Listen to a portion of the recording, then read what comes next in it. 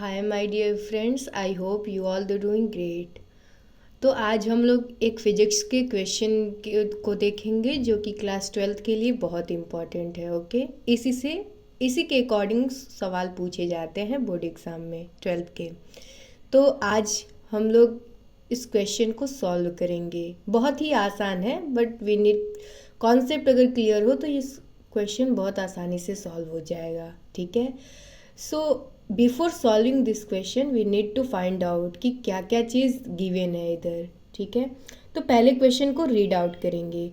एक वैद्युत द्विध्रुव 10⁵ न्यूटन प्रति कूलाम के वैद्युत क्षेत्र में 30 डिग्री के कोण पर रखा है और उस पर 6 इंटू 10⁻⁻24 न्यूटन मीटर का बल आघूर्ण लग रहा है। तो वैद्युत द्विध्रुव के आघूर्ण की गणना कीजिए। ठीक है। और ये सवाल इस फॉर्मूले पे बेस्ड है। ओके। तो सबसे पहले कैपिटल ई का मान दिया है। यहाँ पे देखिए वैद्युत क्षेत्र, कैपिटल ई का मान। तो कैपिटल ई का मान है 10⁵ न्यूटन प्रति कूलाम। ठीक है। उसके बाद दिया है 30 डिग्री के कोण पर, तो थीटा का मान दिया है इधर 30 डिग्री और उस पर 6×10⁻⁻24 न्यूटन मीटर का बल आघूर्ण है। आयु नो वेरिएबल बल आघूर्ण को किससे रिप्रेजेंट किया जाता है? टाउ से। तो टाउ का मान दिया है 6×10⁻⁻24 न्यूटन मीटर। ओके, ठीक है। और हम लोग ये भी जानते हैं कि वैद्युत द्विध्रुव के आघूर्ण को किससे शो करते हैं? कैपिटल पी से। तो इसका हमें मान फाइंड आउट करना है। ठीक है। तो हमें ई का मान दिया है, थीटा का मान दिया है, टाउ का मान दिया है, पी का मान निकालना है। तो इस सूत्र से हम लोग इस सूत्र को हमने ज़रूर देखा होगा।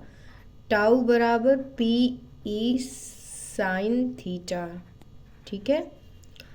तो हमें p का मान निकालना है, तो हमें पता है कि जिसका भी मान निकालना होता है हम उसे लेफ्ट साइड में रखते हैं। p बराबर टाउ। अब इसके साथ जो भी गुणे के रूप में था वो बटे के नीचे आ जाएगा, मीन्स डिवाइड में e साइन थीटा। ठीक है।